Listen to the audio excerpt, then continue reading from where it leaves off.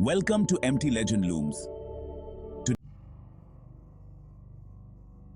Blackwood Manor, a name whispered with fear, a place shrouded in darkness. It stood on a windswept moor, a silhouette against the stormy sky. Its windows, like empty eyes, watched the world with ancient sorrow. The manor was a monument to decay. Its stone walls crumbled, consumed by ivy's greedy grip. The iron gates, rusted and broken, hung open like the jaws of a silent beast. Locals spoke of Blackwood Manor with hushed voices. They told tales of restless spirits, of tragic deaths, and of a darkness that clung to the very air. To approach Blackwood was to invite despair. It was to step into a nightmare whispered on the wind. The Blackwood family history was a tapestry of tragedy, generations haunted by misfortune. It began with Eleanor Blackwood, a woman of captivating beauty but cursed with a fragile heart. Her marriage to Lord Edward Blackwood was a whirlwind romance, ending in a love as fierce as it was short-lived. Eleanor died young, leaving Edward devastated. His grief was all-consuming. He shut himself away in Blackwood Manor, his heart turning to stone. Whispers began to circulate. Whispers of Edward's descent into madness. He became obsessed with contacting Eleanor, dabbling in the dark arts, seeking solace in forbidden knowledge. But his efforts only invited something sinister into Blackwood Manor, something dark and hungry. After Edward's death, the whispers became screams. Blackwood Manor was alive with the echoes of the dead. Servants reported disembodied voices, cold spots, and the feeling of unseen eyes watching them. Objects moved on their own. Doors slammed shut without reason.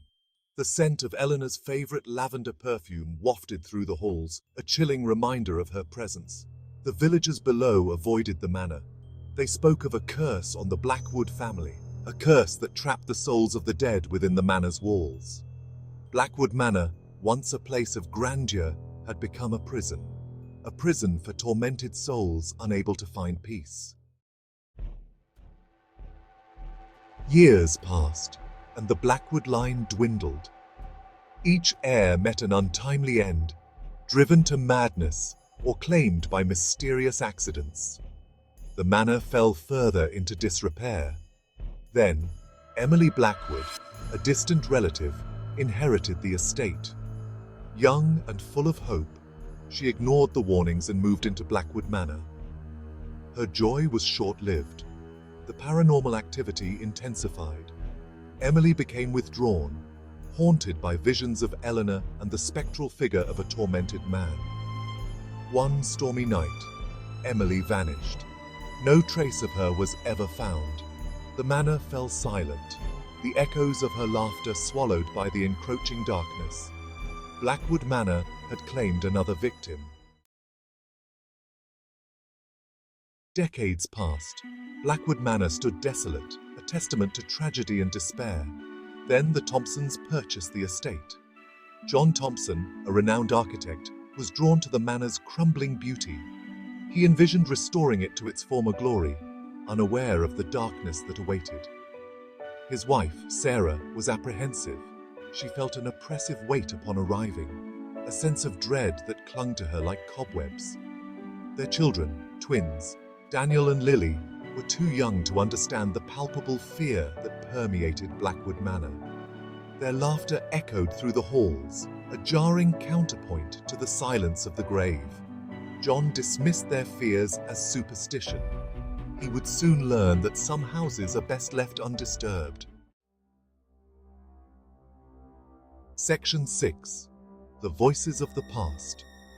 The renovations began, breathing new life into the old mansion, and with them, the disturbances returned, as if the very walls were awakening from a long slumber. The Thompsons heard whispers in the dead of night, faint and elusive, like echoes from another time. They felt cold spots in certain rooms, pockets of icy air that seemed to defy the warmth of the summer. One evening, Sarah saw a fleeting figure at the end of a hallway, a shadow that moved with an eerie grace. A woman in a flowing white gown, her face obscured by shadow, as if she were a memory trying to take form. Sarah confided in John, but he dismissed her concerns, attributing them to stress and the strain of the renovations. He refused to believe that Blackwood Manor was anything more than a house with a tragic past, a relic of bygone days. Determined to uncover the truth, Sarah sought the help of a medium, hoping to find answers that lay beyond the physical realm. Madame Evangeline, a woman renowned for her ability to communicate with the spirit world, agreed to conduct a séance at Blackwood Manor, intrigued by its history. The air crackled with anticipation as Madame Evangeline attempted to contact the spirits. The room grew cold, the atmosphere thick with unseen presence. And then, a voice, soft at first, like a whisper on the wind, grew louder, more distinct, filling the room with an otherworldly resonance. It was Eleanor Blackwood, reaching out from beyond the grave, her voice carrying the weight of untold stories and lingering sorrow. Section 7. Facing the Shadows. Eleanor's voice filled the room, echoing off the walls like a haunting melody. She spoke of her love for Edward, of his descent into madness, and of the dark entity he had summoned. Their love story, once filled with promise, had turned into a nightmare. It was this entity, she revealed, that was responsible for the hauntings, for the disappearances, for the suffering that permeated Blackwood Manor. The entity thrived in the shadows, lurking in every corner. It fed on despair, growing stronger with each tragedy. Every tear shed, every cry of anguish, only made it more powerful. Eleanor's spirit, trapped within the manor, had tried to warn others, but was powerless against the entity's malevolent force. Her whispers were often drowned out by the entity's sinister laughter. Now, with Madame Evangeline's help, she could finally reveal the truth. The medium's presence had weakened the entity's hold, allowing Eleanor to speak freely. The entity, enraged by Eleanor's revelations, made its presence known. It was a force of pure malice, determined to silence her once and for all. The air grew heavy, filled with a suffocating dread. The temperature plummeted. The furniture rattled violently. Fear gripped the Thompsons, their hearts pounding in their chests. They had stumbled into something ancient and evil, something that threatened to consume them all. The entity's power was overwhelming, and they realized they were facing a darkness beyond their comprehension. Section 8. Restoring Blackwood, Releasing Souls. Madame Evangeline, drawing upon her inner strength and courage, confronted the malevolent entity that had long haunted the halls of Blackwood Manor. She spoke of love and forgiveness, emphasizing the need for the trapped souls to find peace and move on from their earthly bindings. Her words were like powerful weapons against the encroaching darkness, cutting through the malevolence that had taken root in the manor. The entity thrashed violently, its power waning with each word spoken by Madame Evangeline, as the spirits of Blackwood Manor rallied behind her, lending their strength. In a climactic surge of energy, the entity was banished, its grip on Blackwood Manor shattered, freeing the house from its dark influence. The house itself seemed to sigh, as if relieved of a terrible burden that had weighed it down for centuries. With the entity gone, Eleanor and the other spirits, who had been trapped for so long, were finally able to find the peace they had yearned for. They bid a heartfelt farewell to the Thompsons, their forms gradually fading into the ether, leaving behind a sense of profound sadness mixed with overwhelming relief. John, though shaken by the events, stood resolute. He vowed to honor the spirit's sacrifice and ensure their stories would never be forgotten.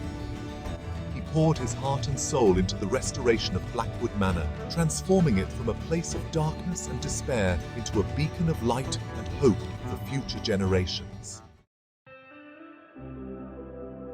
Section 9. Echoes in the Silence. Blackwood Manor stands today, fully restored to its former glory.